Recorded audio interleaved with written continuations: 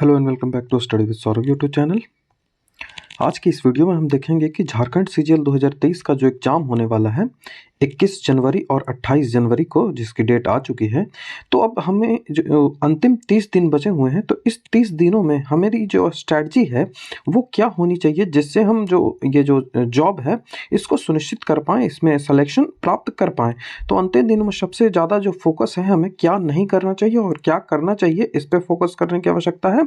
इसमें हम सबसे जो इम्पोर्टेंट बात है हम देखेंगे पेपर 2 और पेपर 3 पे हमारा फोकस होगा, क्योंकि जो पेपर 1 है वो क्वालिफाइंग है तो आप उसको आसानी से कर लोगे, लेकिन जो पेपर 2 और पेपर 3 है इसमें ही हमारा जो सिलेक्शन है, जो मेरिट लिस्ट हमारी बनने वाली है वो इसी से बननी है। तो हम इसी पे फोकस करेंगे, तो हमारी जो पूरी स्ट्रैटेजी होगी वो इसी के इर्द गिर्द घूमेगी, और इसमें हम क्या नहीं करना चाहिए और क्या करना चाहिए, इन सब चीज़ों पे हम इसमें बात करेंगे।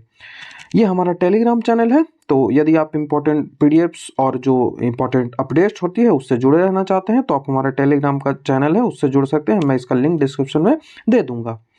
तो हम सबसे पहले देखेंगे कि जो लैंग्वेज पेपर है, जिसमें आपने किसी भी लैंग्वेज का चयन किया हो, तो उसमें आपकी कैसी तैयारी होनी चाहिए, और जो जनरल नॉलेज का जो पेपर होगा पेपर 3, उसमें आपकी कैसी जो प्रिपरेशन की स्ट्रैटेजी है वो मतलब लास्ट दिनों में होनी चाहिए।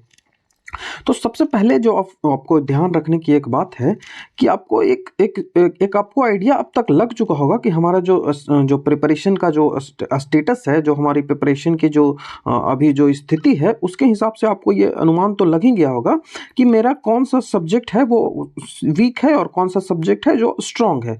तो यहाँ मैं सब्जेक्ट की बात नहीं कर रहा हूँ, यहाँ मैं बात कर रहा हूँ ओवरऑल। जैसे ओवरऑल यहाँ पे आपने जो लैंग्वेज का चयन किया है, तो आपका लैंग्वेज पेपर का स्थिति कैसी है, और आपका जो पत्र पेपर जो 3 है, पेपर 3, उसका आपकी स्थिति कैसी है, इन सब पे आपको देखना है कि हमारी जो स्थिति है इन दोनों में कैसी है। और आपको ये ट्राई करना है कि पेपर 3 की स्थिति आपको सही है, मतलब आपकी जो पेपर 3 है वो यदि आपका स्ट्रांग है, पेपर 3 आपका स्ट्रांग है, तो आप ट्राई करें कि इसको और स्ट्रांगर करने की आप कोशिश करें। ठीक है, इसको आप और स्ट्रांग करें, और जो पेपर 2 है इसको मॉडरेट लेवल पे आप लेके आएं। ठीक है, इसको मॉडरेट लेवल पे लेके आ जाएं। यही सिलेक्शन का सबसे बेस्ट जो तरीका होता है वो यही होता है कि एक जो चीज़ है, जो कमज़ोर आपका सेक्शन है, जो आपका कमज़ोर सेक्शन है, उसको आपको लाना है मॉडरेट लेवल पे, और जो आपका स्ट्रॉन्ग सेक्शन है उसको आपको और स्ट्रॉन्ग बनाना है, जिससे आप वहाँ से मैक्सिमम नंबर ग्रहण कर सकें, मैक्सिमम अंक जो है वो प्राप्त कर सकें। तो यहाँ से आप कोशिश करें कि 95% अंक प्राप्त कर लें। यदि आपका ये जो पोर्शन है पेपर 2 है वो कमजोर हो, तो इन चीजों को सबसे पहले आपको ध्यान रखना होगा कि कौन सा सेक्शन आपका कमजोर है और कौन सा जो है वो भी जो स्ट्रांग है। तो आपको पेपर 3 और पेपर 2 में ऐसे एक बैलेंसिंग है वो बना के रखनी पड़ेगी, क्योंकि सिलेक्शन ऐसे ही होगा। सिलेक्शन ऐसे नहीं होता कि आपका दोनों का दोनों पेपर स्ट्रांग हो, तो ऐसा होता भी नहीं है, क्योंकि आपके पास उतना समय नहीं होता, और उसके जो व्यक्ति है उसका इतना जो पावर गेनिंग पावर भी इतनी नहीं होती कि हर चीज़ उसका स्ट्रांग हो जाए। तो आपको ये अपने हिसाब से आप सिलेक्शन कर लें कि हमारी जो कौन सी जो पेपर है वो हमारा कौन सा स्ट्रांग है और कौन सा वीक है। तो जो स्ट्रांग है उसको और स्ट्रांग करें, और जो वीक है उसको मॉडरेट लेवल पे लाएं। तो अब सबसे पहले देखने हैं कि जो हमारी जो पेपर 2 है और पेपर 3 है, इसमें आपको टेस्ट लगानी चाहिए। आप लगा ही रहे होंगे टेस्ट, और यदि आपने नहीं लगाया है तो अब बचे हुए 15 दिन में टेस्ट लगा सकते हो, और उसके बाद जो बचा हुआ 15 दिन है उसमें आप रिवाइज कर लो, ये आप कर सकते हो। तो रिवीजन सबसे बेस्ट तरीका है। आपको रिवीजन पे पूरे फोकस करना होगा, जीएस का जितना भी पार्ट है उसको रिवाइज करना होगा। बाकी हम जो सब्जेक्ट वाइज देखेंगे कि कैसे आपको करना है। मैंने ये बता भी दिया कि वीक को आपको मीडियम पे लाना है, और स्ट्रॉन्ग जो सब्जेक्ट है उसको और स्ट्रॉन्गेस्ट आपको बनाना है, तो इस पर आपको फोकस करना है। तो सबसे पहले हम देख रहे हैं कि पेपर 3, तो पेपर 3 में आप देख रहे हैं कि पेपर 3 में आपको 6 सेक्शंस मिलेंगे, जिसमें आपको समस्याएं कहाँ आएंगी। तो समस्याएं आपको आएंगी जो मेन जो आपका थोड़ा सा डिफरेंट सिलेबस है वो कंप्यूटर का थोड़ा सा आता है। कंप्यूटर आप समस्याएं आएंगी, तो कंप्यूटर को आपको 20 क्वेश्चंस हैं। तो मैंने बुक्स तो पहले ही बता दी थी, यदि आपने अभी तक भी नहीं पढ़ा है तो उस बुक्स को पढ़ लें। मैं जो वीडियो है स्ट्रेटजी वाली, उसका लिंक है वो डिस्क्रिप्शन में दे दूंगा, और आई बटन पे दे दूंगा, वहां से आप इसे चेक कर लोगे। तो वहां से यदि आप पढ़ लेते हो तो कंप्यूटर में आप अच्छे जो अंक है वो ग्रहण कर सकोगे।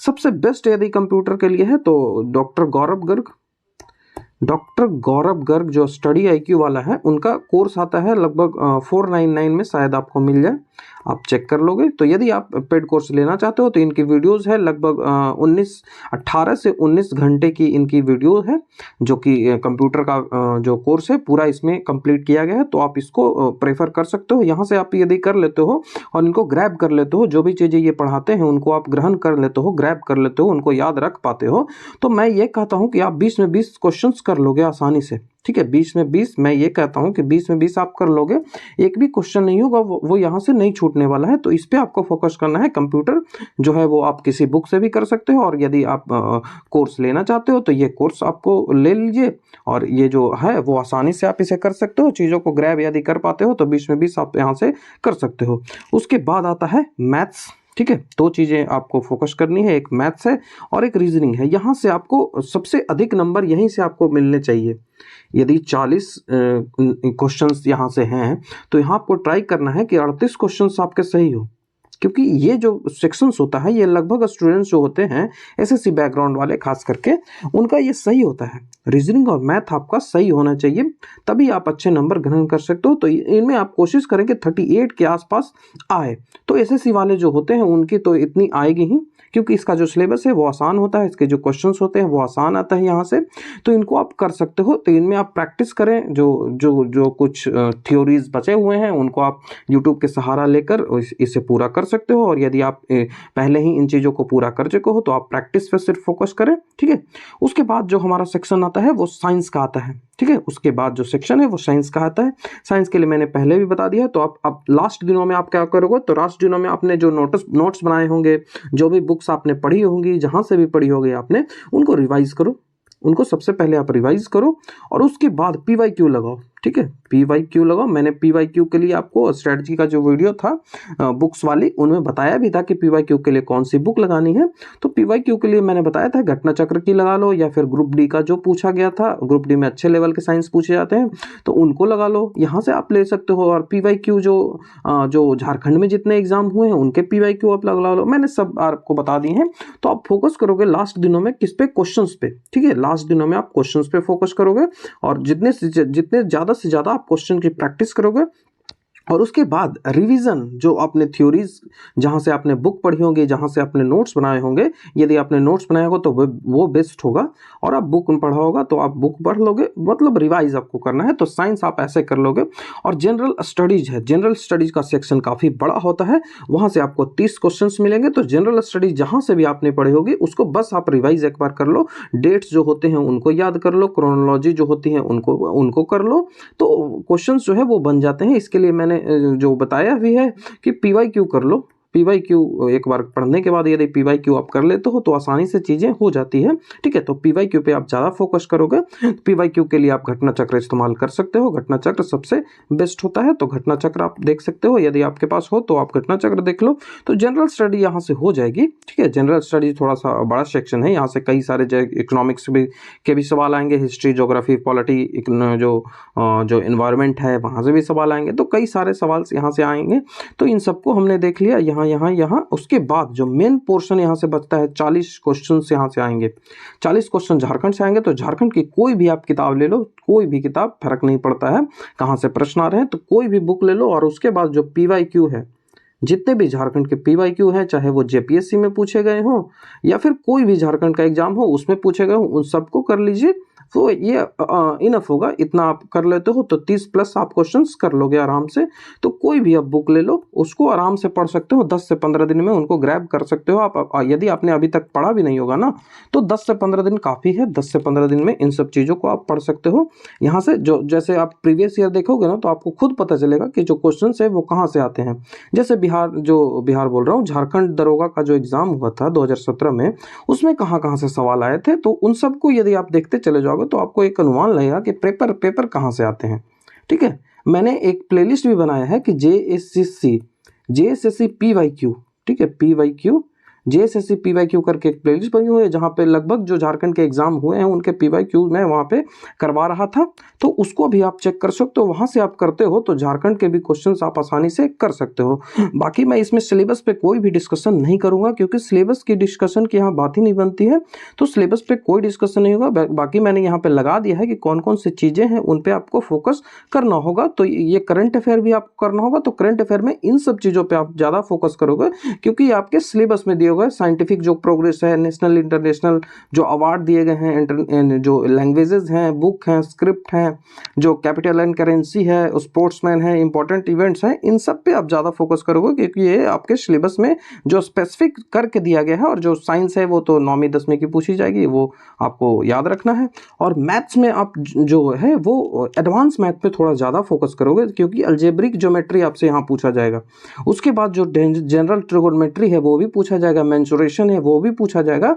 तो इसलिए आपको फोकस करना है ट्रिगोनोमेट्री और जो मेंसुरेशन है और जनरल जो अलजेब्रिक जो ज्योमेट्री है यहाँ से फोकस आ जाएगा, जिस कारण से आपको थोड़ा सा ज्योमेट्री जो एडवांस मैथ होता है उस पर थोड़ा फोकस करना होगा। और रीजनिंग तो आप आसानी से कर लोगे, यही सब चीज़ें पूछी जाती है, तो इन सब में आपको कोई समस्या नहीं होगी। कंप्यूटर की यही जो कंप्यूटर है वो मैंने कोर्स भी बता दिया था और इसमें बस यही चीज़ें पूछी जाएगी। तो ये MS वर्ड में जो 5 MS विंडो है, ऑपरेटिंग सिस्टम है, MS ऑफिस है, इसमें 5 जो पार्ट्स आते हैं उन सबको पूछा जाएगा, चाहे वो वर्ड पावर हो, चाहे वो एक्सेल हो, चाहे वो पावर पॉइंट हो, तो इन्हीं सब के बारे में आपको पूछा जाएगा। इंटरनेट के ऑपरेशन जो होते हैं उनके बारे में पूछा जाएगा। तो ये आसानी से हो जाती हैं चीज़ें और झारखंड का ये सिलेबस है, तो सिलेबस के बारे में आपको कोई डाउट नहीं बचा होगा। अब हमारी बात आती है पेपर 2 की। जो झारखंड CGL का जो पेपर 2 है उसकी बारी आती है। तो इसके लिए सबसे जो बेस्ट तरीका है वो आपने अभी तक किया ही होगा, उसके बाद आप क्वेश्चन प्रैक्टिस कर लो। यदि आपने अभी तक कुछ भी नहीं किया है तो यहाँ पे आप देख लीजिए, ये मैंने एक जो प्लेलिस्ट है वो बना दिया है मेरे यूट्यूब चैनल पे, आपको ये प्लेलिस्ट मिल जाएगी JSS CGL हिंदी पेपर 2। इसका लिंक भी मैं डिस्क्रिप्शन में दे दूंगा। इसमें अभी तक मैंने 42 वीडियो अपलोड कर दिया है और जो वीडियोज़ हैं वो आते रहे हैं। इनमें मैं जो थ्योरीज़ के पार्ट हैं और जो MCQs हैं, थ्योरी और MCQ दोनों को लेके चल रहा हूं।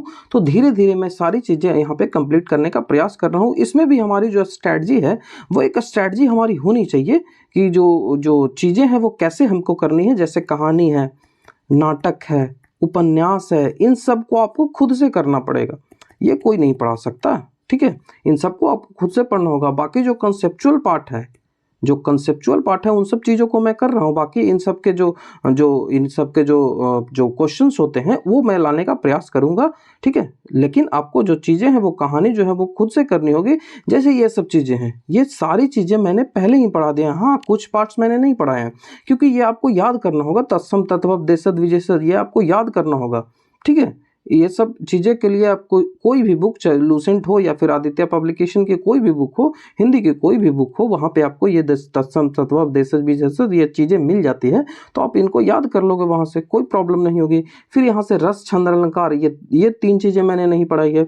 जो 29 तारीख को जो पेपर हुआ था नगर पालिका वाला, ठीक है, नगर पालिका वाला जो पेपर हुआ था उसमें यहाँ से सवाल नहीं आए थे। तो ऐसा नहीं है कि यहाँ से सवाल नहीं आएंगे, तो इन सबको आप एक बार देख जरूर लोगे कि वैसे तो अलंकार में सीधा पूछा जाता है एग्जाम्पल्स, छंद में भी वही चीज़ें पूछी जाती है, रस में भी वही चीज़ होता है। बाकी मैं इनको जो ख़त्म करने का जरूर प्रयास करूँगा। बाकी सारी चीज़ें मैंने बता दी हैं। पाश्चात्य साहित्य सिद्धांत हो, साहित्य का जो सिद्धांत हो, या फिर भाषा हो, या फिर जो प्रयोजन मूलक हिंदी हो, इन सब चीज़ों को मैंने MCQ भी करवाए हैं, ठीक है। आप चैनल पे चेक कर लोगे वो प्लेलिस्ट, यहाँ से MCQ भी मैंने करवाई है, यहाँ की जो थ्योरीज है वो भी करवाई है। तो हिंदी में आपको समस्याएं नहीं होने वाली है यदि आप मेरे प्लेलिस्ट को चेक करते हो। मैंने जो काव्य के अंतर्गत जो दिए गए हैं, काव्य विधि के अंतर्गत जो दिए गए हैं, वहाँ तक मैंने अभी तक यहाँ तक कंप्लीट कर दिया है। मैं हो सकता है कि कल ये जयशंकर प्रसाद पे वीडियो डाल दूँ, उसके बाद रामधारी से दिनकर, अज्ञे, नागार्जुन, सर्वेश्वर, दयाल सक्सेना और धूमिल, यही 4-5 जो राइटर है वो बचे हुए हैं। बाकी सबको मैंने अभी तक कंप्लीट करवा दिया है। उसके बाद ये कहानी, जो उपन्यास है, ये आपको खुद से करने पड़ेंगे। ये आप यदि नहीं करते हो, आपको क्योंकि ये जो खुद गोदान है ये 600 पेज का है, ये जो महिला आंचल है वो लगभग 350 पेज का है, राग दरबारी है भी 300-400 पेज का है। तो इन सबको यदि नहीं करना है तो आप नहीं करो। बाकी मैं तो ये कहूँगा कि आप कर सकते हो आसानी से। 2 से 3 घंटे में आप इतने PDF से पढ़ लो, आपके पास बुक नहीं है तो आप पीडीएफ से पढ़ लो। और पीडीएफ आपको कहाँ मिलेंगे, तो पीडीएफ मैंने अपने जो टेलीग्राम चैनल है आप यहाँ पे देख सकते हो। मेरा जो टेलीग्राम चैनल है स्टडी विद सौरव ऑफिशियल, यहाँ पे मैंने ये गोदान शेयर कर दिया है। उसके बाद जो मैला आंचल है वो शेयर कर दिया है। उसके बाद ये देखिए राग दरबारी है वो भी शेयर कर दिया है। तो यहाँ से आप पूरे के पूरे कहानी भी पढ़ सकते हो। मैंने देखिए यहाँ पे पूरे की पूरी कहानी का पीडीएफ अपलोड कर दिया है। तो ये कहानी भी पढ़ सकते हो। मैंने नाटक का भी पीडीएफ अपलोड किया है, उपन्यासों का भी पीडीएफ अपलोड कर दिया है। तो आपको ये जो सोर्सेज है उसमें कमी नहीं आएगी। मैंने सारे के सारे सोर्सेज आपको अवेलेबल करवा दिए हैं। जितने भी कहानी है उनको भी बता दिया है, नाटक है उनको भी बता दिया है।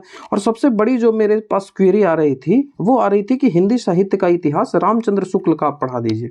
तो मैं एक बार बता दूं, मुझे टाइम मिलेगा तो मैं जरूर पढ़ा दूंगा। ये जो इनकी जो किताब है ये 800 पेज की है। तो आप कितना इसको पढ़ोगे, ठीक है, आप कितना इसको पढ़ लोगे।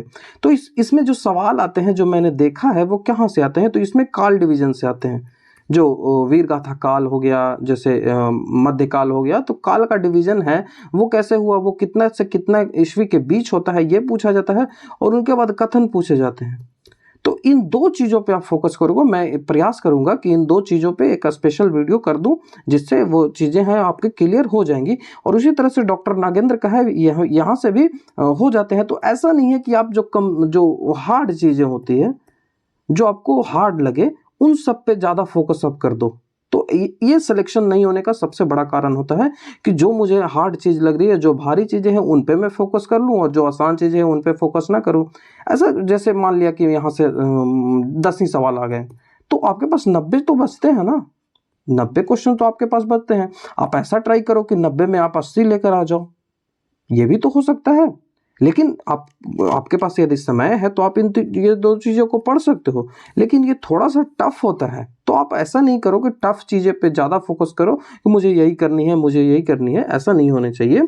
आपको इस पे फोकस तो करनी ही है। इसमें दो चीज़ों पे आपको फोकस करना है, कथन पे फोकस करना है और जो काल डिवीजन है उन पे फोकस करना है। मैं प्रयास करूंगा कि इनको करवा दूं।